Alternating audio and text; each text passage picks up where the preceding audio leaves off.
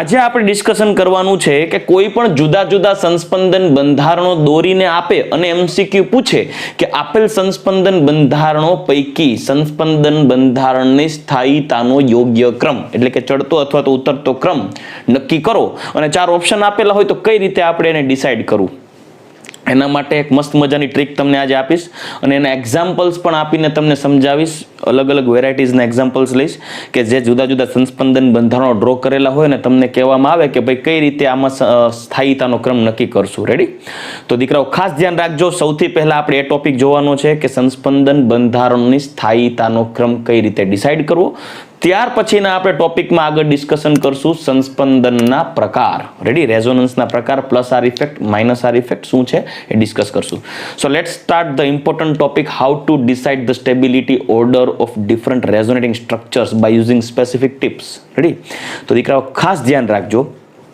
હું તમને 1 by 1 tips આપતો જઈશ અને ટિપ્સને આધારે એક્ઝામ્પલ્સ પણ સમજાવતો જઈશ. સો મારી પાસે પહેલું એક એક્ઝામ્પલ છે. જુઓ, એની અંદર એક સંસ્પંદન બંધારણ તમને ડ્રો કરીને દીધેલું છે જેમાં ઓક્સિજન છે એ વધુ વિદ્યુત ઋણીય હોય કાર્બન કરતા. આથી ઓક્સિજન છે એ બંધના ઇલેક્ટ્રોનને પોતાની તરફ આકર્ષે તો આ પાઈ બોન્ડ છે અહીંયા શિફ્ટ થઈ જશે કેમ કે પાઈ બોન્ડ એક કોન્જ્યુગેશનમાં જે છે ડબલ સિંગલ ડબલ છે.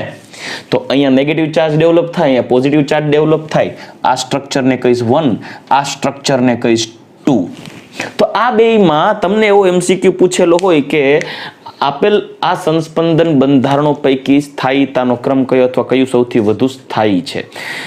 મેં તમને અત્યારે 2 સંસ્પંદન બંધારણ વાળા એક્ઝામ્પલ્સ આપ્યા છે. હજી હું તમને આગળ 3 સંસ્પંદન બંધારણ હોય એવા એક્ઝામ્પલ્સ પણ આપીશ, 4 બંધારણ હોય એવા પણ એક્ઝામ્પલ આપીશ, એટલે તમે વધારે ને વધારે સરળતાથી એમસીક્યુ સોલ્વ કરી શકો.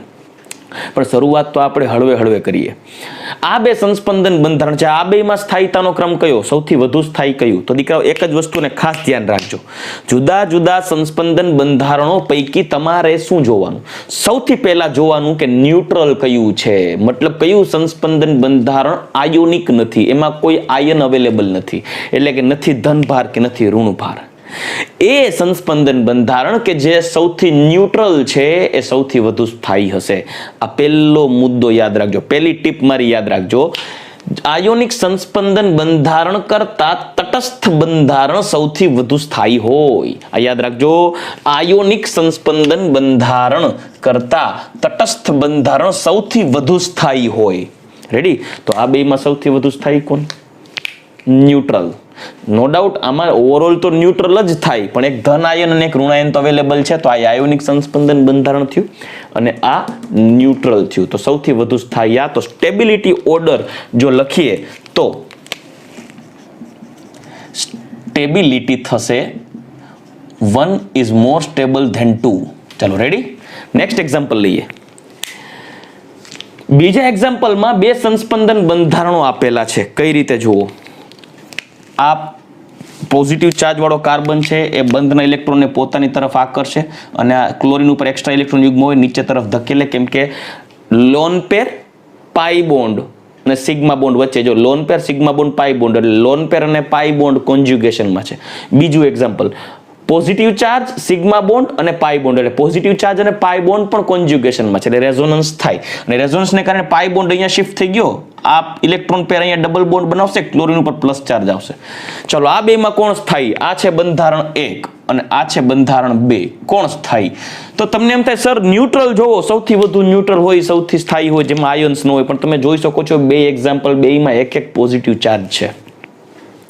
હવે જો બેમાં એક પોઝિટિવ ચાર્જ છે તો આ પેલો જે ટીપ છે, પહેલી ટીપ છે એ ફોલો નહીં થાય. તમે કહેશો કે સર આયોનિક સંસ્પંદન બંધારણ કરતા તટસ્થ બંધારણ સૌથી વધુ સ્થાયી છે, પણ સાલા તો બંને આયોનિક છે યાર, શું કરવાનું? તો ત્યારે જો બંને આયોનિક હોય ને ત્યારે તમારે જોવાનું કે જે બંધારણમાં પાઈ બંધની સંખ્યા વધારે હોય. Actually normally covalent bond calculate કરવાના હોય પણ બધા કોવેલેન્ટ બોન્ડમાં સિગ્મા અને પાઈ બોન્ડ કેલ્ક્યુલેટ કરવા મોર ડિફિકલ્ટ છે. તો એના માટે આપણે બેસ્ટ રીત રહીએ જસ્ટ પાઈ બોન્ડ કેલ્ક્યુલેટ કરીએ. We have to just calculate only pi bonds and decide the stability order. તમે પાઈ બોન્ડ જો, બેમાં પાઈ બોન્ડ જો, જેમાં પાઈ બોન્ડની સંખ્યા વધારે હશે તેની સ્થાયીતા વધારે હશે. યાદ રાખજો, જો બંને આયોનિક હોય તો બંને આયોનિક બંધારણોમાં જેમાં પાઈ બોન્ડની સંખ્યા વધારે હશે તેની સ્થાયીતા વધુ હશે. રાઈટ, તો અહીંયા જોવાનું છે પાઈ બોન્ડની સંખ્યા વધુ તે બંધારણની સ્થાયીતા વધુ હોય. રેડી? ઓકે, તો હવે જુઓ આમાં પાઈ બોન્ડ્સના સંખ્યા ગણો. અહીંયા પાઈ બોન્ડ કેટલા છે? તો અહીંયા પાઈ બોન્ડ માત્ર એક, પાઈ બંધ છે એક. ક્યાં આવી રહ્યું? ડબલ બોન્ડ વાળો. જ્યારે આ પાઈ બોન્ડ બે છે, એક અહીંયા ને એક અહીંયા, પાઈ બંધ છે બે. તો બેની સ્થાયીતા માટેની જો વાત કરીએ ને તો second structure is more stable than first structure. તો સ્ટેબિલિટી એ સેકન્ડની વધારે આવશે પહેલા કરતા. રેડી? બસ આ જ વસ્તુને માઇન્ડમાં રાખવાનું. સૌથી વધારે ન્યુટ્રલ છે એ પહેલા નંબરે સ્થાયી હોય, પણ ન્યુટ્રલ હોય ને આયોનિક બંધારણ હોય તો એમાં જેમાં પાઈ બંધની સંખ્યા વધારે હોય તેની સ્થાયીતા વધારે હોય. પણ પાછો એક પ્રશ્ન થાય, સર માનો કે એવા સંસ્પંદન બંધારણો આપ્યા છે કે જે આયોનિક પણ છે, બધામાં એક સરખો ચાર્જ છે અને પાછા પાઈ બોન્ડની સંખ્યા વધારે છે. અરે એક સમાન છે, સોરી, પાઈ બોન્ડની સંખ્યા પણ સમાન છે. ત્યારે શું કરવું? તો ત્યારે થર્ડ રૂલને ફોલો કરશું આપણે, થર્ડ ટીપ. પણ સાંભળો, હજી નેક્સ્ટ એક્ઝામ્પલ તો જોઈએ. જો આ થર્ડને આધારે તમને સમજાશે. આ બંનેમાં સ્થાયી કોણ? કેમ કે આ કાર્બન ઉપર લોન પેર છે, કાર્બન ઉપર લોન પેર છે. જુઓ અહીંયા લોન પેર એટલે નેગેટિવ ચાર્જ છે. અહીંયા pi bond single bond negative charge કોન્જ્યુગેશનમાં છે. તો આ નેગેટિવ ચાર્જ અહીંયા શિફ્ટ થાય તો આ પાઈ બોન્ડ છે ઓક્સિજન ઉપર શિફ્ટ થઈ જાય એટલે ઓક્સિજન ઉપર આવશે માઇનસ ચાર્જ. અહીંયા બની ગયો ડબલ બોન્ડ. હવે મુદ્દો એ છે આ બંનેમાં સ્થાયી કોણ? તો કે બેમાંથી જે ન્યુટ્રલ હશે એ સ્થાયી, પણ બે આયોનિક છે. ઓકે, તો બેમાંથી જેમાં પાઈ બંધની સંખ્યા વધારે એ સ્થાયી. તો બેમાં પાઈ બંધની સંખ્યા જુઓ, આમાં પાઈ બંધ એક, આમાં પણ પાઈ બંધ એક. તો હવે બેમાં કોણ વધુ સ્થાયી? તો દીકરાઓ યાદ રાખજો, જ્યારે ચાર્જ ડિસ્ટ્રીબ્યુટ થતો હોય ને, ચાર્જ, જોજો થર્ડ રૂલ એપ્લાય કરું છું, થર્ડ રૂલ સમજાવું એની પહેલા વાત સાંભળો. જ્યારે ચાર્જ ડિસ્ટ્રીબ્યુટ થતો હોય ને, એટલે કે કોઈ એક જગ્યાએ ધનભાર અથવા તો ઋણભાર, ત્યારે એ ચાર્જનું ડિસ્ટ્રીબ્યુશન પ્રોપર હોવું જોઈએ. એટલે કે જે ચાર્જનો હકદાર જે પરમાણુ હોય ત્યાં જ એ ચાર્જ હોવો જોઈએ. ઇટ મીન્સ કે વધુ વિદ્યુત ઋણીય ઘટક હોય ને તેના ઉપર ઋણભાર જ હોવો જોઈએ, અને ઓછો વિદ્યુત ઋણીય ઘટક હોય તેના ઉપર ધનભાર હોવો જોઈએ. સાંભળજો, વધુ વિદ્યુત ઋણીય ઘટક હોય તેના ઉપર ઋણભાર હોવો જોઈએ, ઓછો વિદ્યુત ઋણીય ઘટક હોય તેના ઉપર ધનભાર હોવો જોઈએ. જો એવું થાય તો જ એ બંધારણમાં સ્થાયીતા જોવા મળે. પરંતુ જો એનાથી વિપરીત હોય, એટલે કે વધુ વિદ્યુત ઋણીય ઘટક કે જ્યાં ઋણભાર હોવો જોઈએ એને બદલે ધનભાર આપેલો હોય સંસ્પંદન બંધારણમાં, અને ઓછા વિદ્યુત ઋણીય ઘટક કે જ્યાં ધનભાર હોવો જોઈએ એને બદલે ત્યાં ઋણભાર આપેલો હોય, ઊંધું, સિસ્ટમ કરતા ઊંધું, નિયમ કરતા ઊંધું, તો તે સંસ્પંદન બંધારણની સ્થાયીતા ઓછી હોય. એક સિમ્પલ એક્ઝામ્પલ આપું દીકરાઓ, કે માનો કે એક ઘરની અંદર એક સ્ત્રી અને એક પુરુષ પતિ પત્ની રહે છે. હવે એ વ્યવસ્થિત ઘર ચાલે છે કે નહીં, વ્યવસ્થિત પ્રોપરલી એરેન્જમેન્ટ છે, ઘરમાં સુવ્યવસ્થિતતા છે, કેમ ખબર પડશે? તો સાંભળજો, એ ઘરમાં એ બંને પતિ પત્ની માટે એક વર્ક ઉત્પન્ન થાય છે, મતલબ એક કામ ઉત્પન્ન થયું. એની અંદર એક કામ એવું હતું ઘર માટે કે જમીને બે પતિ પત્ની ફ્રી થતા હતા અને જમીને જે વાસણ થાય એ વાસણ સાફ કરવાના હતા, એક કામ એ હતું. અને બીજું કામ એવું હતું કે ઘરમાં થોડુંક લાઇટમાં સ્પાર્ક થવાને કારણે લાઇટ ઝબકારા મારતી હતી, તો ઇલેક્ટ્રિક સ્વિચ બોર્ડ ખોલીને એમાં છેડા વ્યવસ્થિત કરવાના હતા. એટલે એમાં ટૂંકમાં ક્ષારણ થઈ ગયું હતું, સાફ કરીને છેડા દેવાના હતા. આ બે કામ, એક ઇલેક્ટ્રિકનું કામ સ્વિચ બોર્ડ ખોલીને, અને એક હતું વાસણ સાફ કરવાનું. તો હવે બે પતિ પત્ની જમીને ઊભા થાય છે, તો વર્ક ડિસ્ટ્રીબ્યુશન પ્રોપર થવું જોઈએ, એટલે કે ચાર્જ ડિસ્ટ્રીબ્યુશન પ્રોપર થવું જોઈએ. હવે જો એ ઘરમાં રહેલી સ્ત્રી ઊભી થઈને સીધી રસોડાની અંદર જઈ અને વાસણ સાફ કરવા બેસે છે, અને એ ઘરનો પુરુષ ઊભો થઈ અને તરત જ ઇલેક્ટ્રિક સ્વિચ બોર્ડ ખોલી અને એ વાયરિંગ્સ વ્યવસ્થિત કરે છે, તો સમજી લેવાનું કે વર્ક ડિસ્ટ્રીબ્યુશન પ્રોપર છે, ઘર વ્યવસ્થિત ચાલે છે. પરંતુ જો એની અંદર કંઈક આવું થાય કે બે કામ ઉત્પન્ન થયા, બંને પતિ પત્નીએ જમી લીધું, જ્યારે ઊભા થાય છે ત્યારે પતિ વાસણ સાફ કરવા માટે રસોડામાં જાય અને પત્ની જો સ્વિચ બોર્ડ ખોલવા બેસે, તો સમજી લેવાનું કુછ તો ગડબડ હે દયા.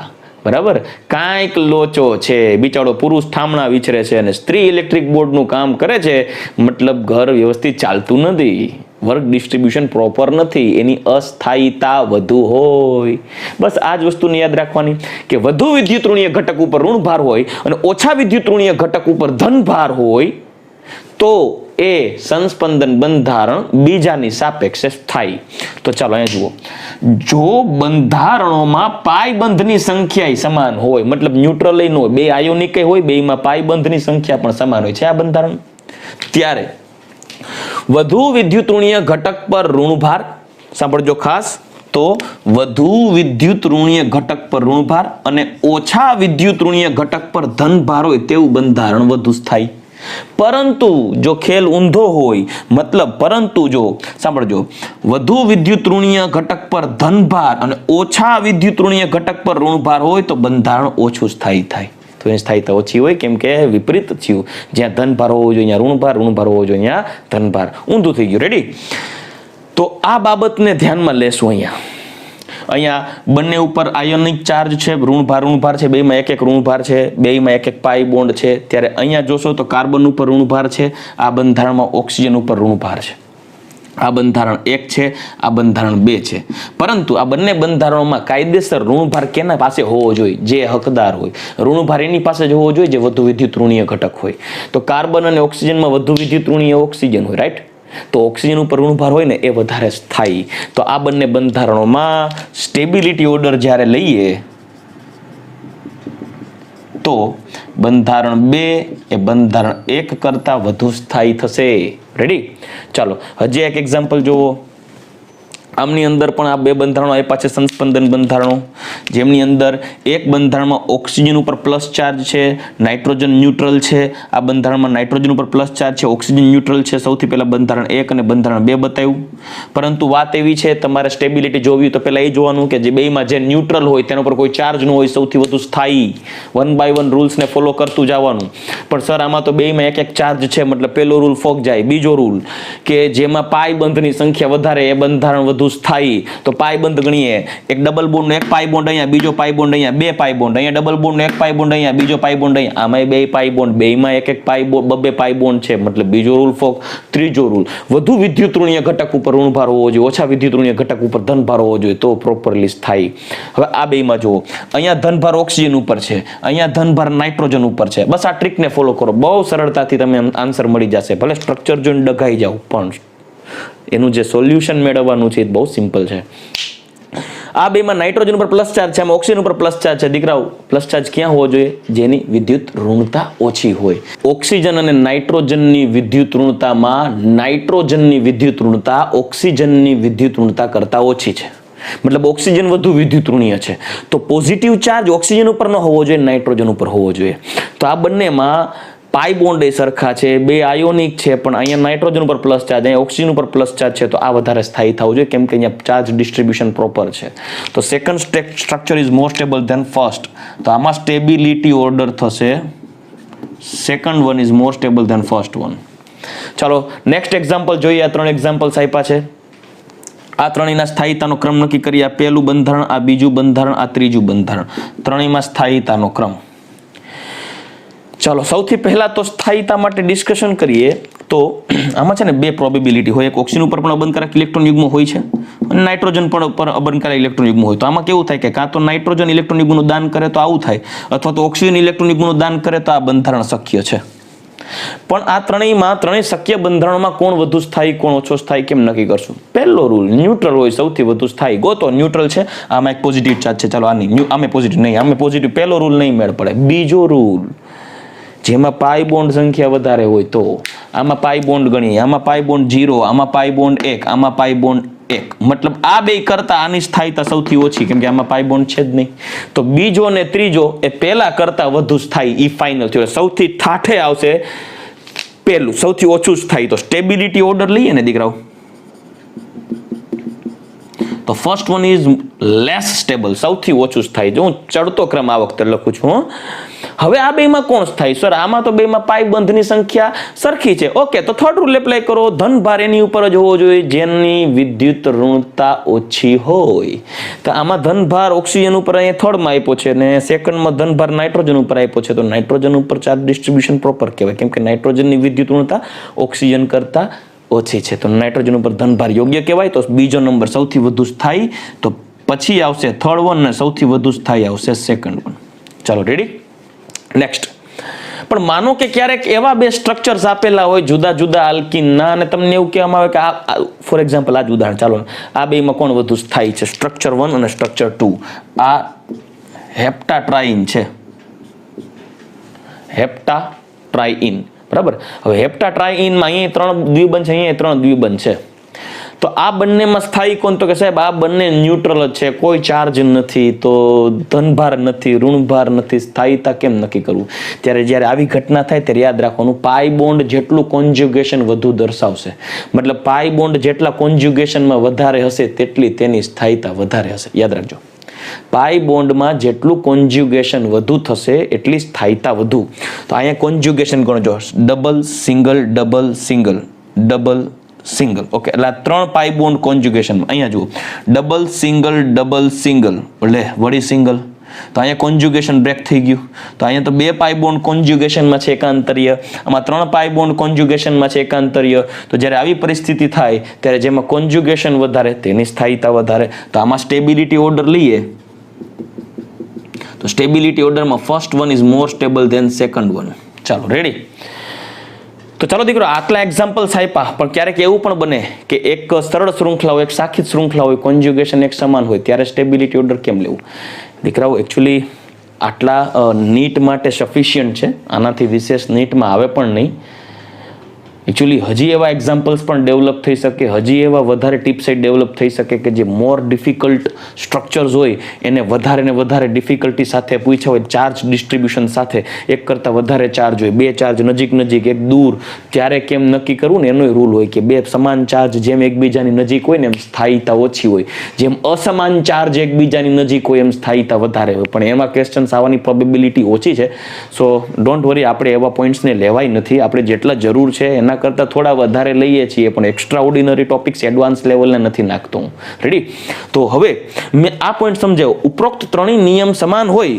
તો જેમ દ્વિબંધ કોન્જ્યુગેશનમાં વધુ હોય તેમ સ્થાયીતા વધુ પણ હજી અમુક એવા એક્ઝામ્પલ આપું કે જેમાં આ રૂલને પણ સમાનતા મળતી હોય ત્યારે શું કરવું તો ચાલો હવે એક્સ્ટ્રા એક્ઝામ્પલ્સની પ્રેક્ટિસ કરીએ ચાલો દીકરાઓ હજી આપણે 2-4 એક્ઝામ્પલ્સ લઈએ અને જેની અંદર મેં અહીંયા ટોટલ 1 2 3 અને 4 ટોટલ 4 ડિફરન્ટ એક્ઝામ્પલ્સ આપેલા છે અને આ બે એક્ઝામ્પલ એસ્પેશિયલી રેઝોનેટિંગ સ્ટ્રક્ચર્સ નથી પણ એમસીક્યુમાં જ્યારે પૂછાય કે આ પૈકી કોણ વધારે સ્થાયી છે આ બેમાં અને આ બેમાં ત્યારે શું કરું તો યાદ રાખજો કે જ્યારે બધા ન્યુટ્રલ છે અને સ્ટેબિલિટી પૂછી છે તો કોન્જ્યુગેશન હોવું જરૂરી છે તો અહીંયા જોશો તો ડબલ સિંગલ ડબલ કોન્જ્યુગેશનમાં છે ડબલ સિંગલ ડબલ કોન્જ્યુગેશનમાં છે તો બેમાં કોન્જ્યુગેશન પણ સરખું છે ત્યારે શું કરવાનું જેમ સ્ટ્રેટ ચેઇન હશે એમ સ્ટેબિલિટી વધારે હશે તો આની સ્ટેબિલિટીની વાત કરીએ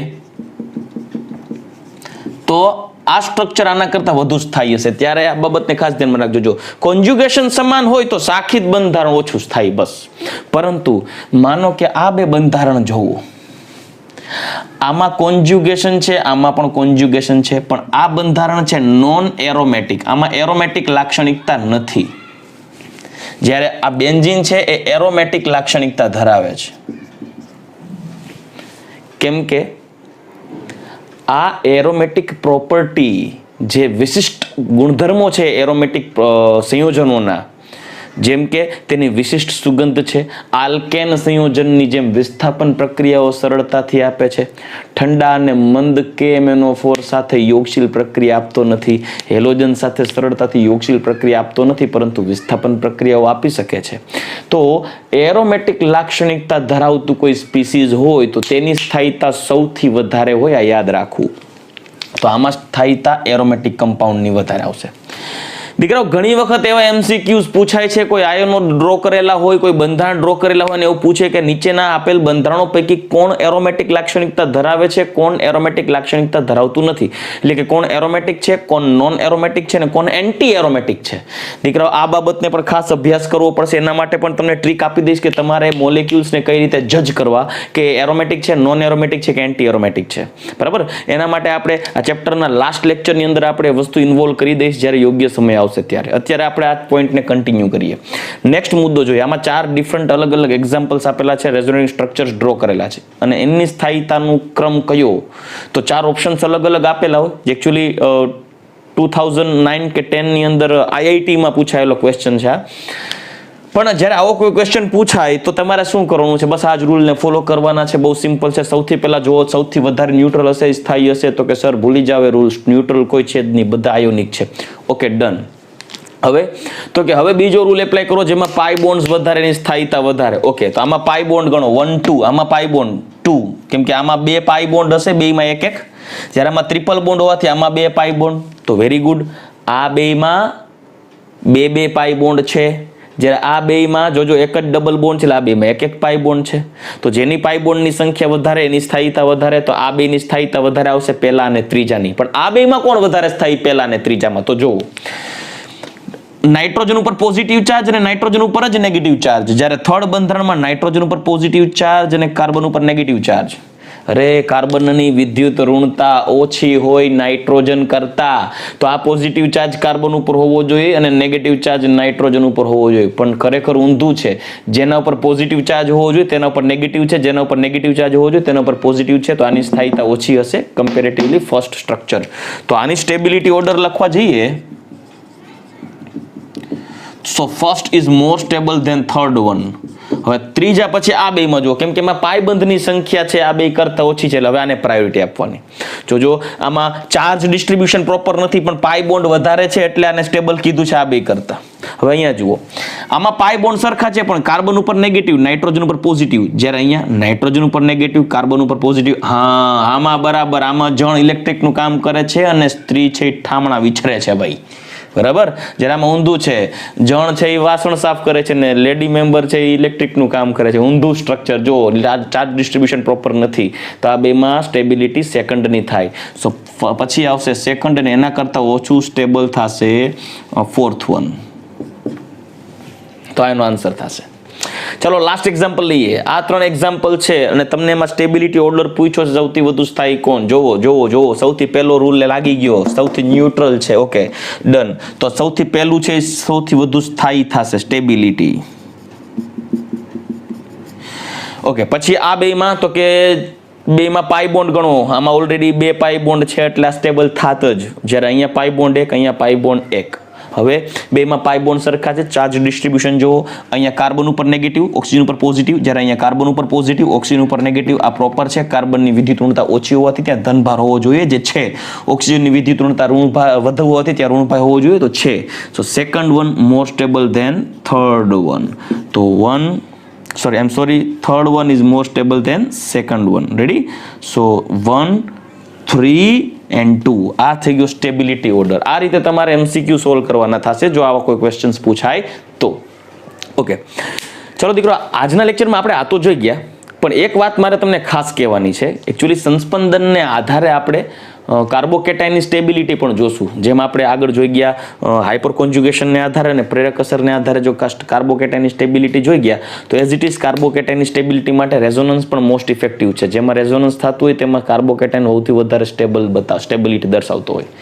તો જ્યારે inductive effect, resonance effect, hyper conjugation, આ બધી ઇફેક્ટ્સને જ્યારે મર્જ કરવામાં આવે અને ત્યારે કાર્બોકેટાઇન્સની સ્ટેબિલિટી કેમ નક્કી કરવી ને એમનો લેક્ચર હું નેક્સ્ટ લઈશ, હું નેક્સ્ટ લેક્ચરમાં નાખીશ. પણ એ લેક્ચરની અંદર હું એ વાત નહીં ડિક્લેર કરું જે હું અહીંયા કહેવા જઈ રહ્યો છું. એટલે ખાસ સાંભળજો, જ્યારે તમે કોઈ MCQs સોલ્વ કરતા હોય કાર્બોકેટાઇનની સ્ટેબિલિટીને આધારે, કેમ કે આપણે આગળ જોઈ ગયા છીએ આપણે હાઇપર કોન્જ્યુગેશન ઇન્ડક્ટિવ ઇફેક્ટને આધારે, ત્યારે જોજો જ્યારે કોઈ બાયસાયક્લો કે સ્પાઇરો કમ્પાઉન્ડમાં બ્રિજ હેડ એટમ ઉપર જો પોઝિટિવ ચાર્જ ડેવલપ થાય ને તો એ સૌથી અસ્થાયી હોય. યાદ રાખજો, ભલે એ ટર્શરી કાર્બોકેટાઇન બને પણ એની સ્થાયીતા સૌથી ઓછી હોય, એટલે ભૂલ ન ખાતા.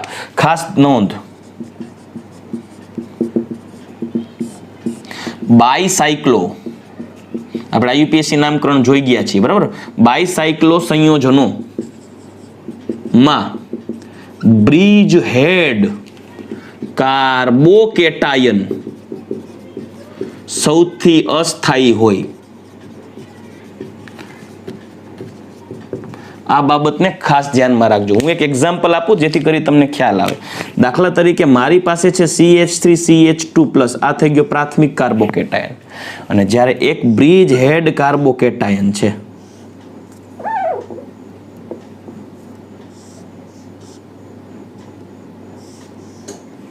અને માનો કે અહીંયા પોઝિટિવ ચાર્જ છે, તમને એમ થશે આ પણ કાર્બન છે અને ઇવન આ કાર્બન છે, તો આ બધા કાર્બન જ છે, અહીંયા કાર્બન, આ કાર્બન, તો આ કાર્બન બીજા 3 કાર્બન સાથે કનેક્ટેડ છે. ક્યાં? જો એક આ કાર્બન સાથે, હું એને માર્કરથી હાઇલાઇટ કરું, એક આ કાર્બન સાથે કનેક્ટેડ છે, આ કાર્બન સાથે પણ કનેક્ટેડ છે, અને આ કાર્બન જુઓ પાછળની સાઈડથી 3 ડાયમેન્શનલી આ કાર્બન સાથે પણ કનેક્ટેડ છે. હું એ ડોટેડ લાઈન બતાવું તમે સમજી શકો. તો આ ટર્શરી છે છતાં અસ્થાયી, આ સૌથી અસ્થાયી, સાંભળજો, આ અસ્થાયી છે. એટલે સ્થાયીતાની વાત કરીએ ને તો આ સ્થાયી બને. તમને એમ થશે પ્રાથમિક કાર્બોકેટાઇન છે તો સ્થાયી, હા ટર્શરી કરતા પ્રાથમિક સ્થાયી થશે, પણ ક્યારે? આ ટર્શરી કાર્બોકેટાઇન બ્રિજ હેડ હોય ત્યારે. એટલે ખાસ ધ્યાન રાખજો, બ્રિજ હેડ કાર્બોકેટાઇન, અહીંયા જુઓ બ્રિજ હેડ કાર્બોકેટાઇન, આ બ્રિજ છે, બ્રિજ હેડ કાર્બોકેટાઇન કહેવાય. આ કેમ કે આ કાર્બન બ્રિજ હેડ કાર્બન છે, આ કાર્બન પણ બ્રિજ હેડ કાર્બન છે. એટલે ધ્યાન રાખજો, બ્રિજ હેડ કાર્બોકેટાયન ભલે ટર્શરી બને તો પણ બાયસાયક્લો કમ્પાઉન્ડનો એ બ્રિજ હેડ કાર્બોકેટાયન સૌથી અસ્થાયી હોય. આ માઇન્ડમાં રાખજો. રેડી? એમસીક્યુમાં સોલ્વ કરતા હશો ત્યારે આવા એમસીક્યુઝ આવશે, એટલે તમારે ક્વેરી થાય એની પહેલા જ હું તમને આનું સોલ્યુશન આપી દઉં છું. તો ચાલો દીકરા, હવે નેક્સ્ટ લેક્ચરની અંદર આપણે રેઝોનન્સના પ્રકાર જોઈએ, અને ત્યારબાદ આપણે રેઝોનન્સ, હાઇપરકોન્જ્યુગેશન, ઇન્ડક્ટિવ ઇફેક્ટને આધારે જુદા જુદા કાર્બોકેટાઇન ને કાર્બોએનાઇનની સ્થાયીતાઓનો ક્રમ કે જે કેવી રીતે ડિસાઇડ કરવું એમનું આપણે લેક્ચર્સ અરેન્જ કરી. રાઈટ? તો ચાલો દીકરાઓ, નેક્સ્ટ લેક્ચરમાં પાછા મળશું. ત્યાં સુધી રજા લઈશ. ગુડ બાય, ટેક કેર, જય શ્રી કૃષ્ણ.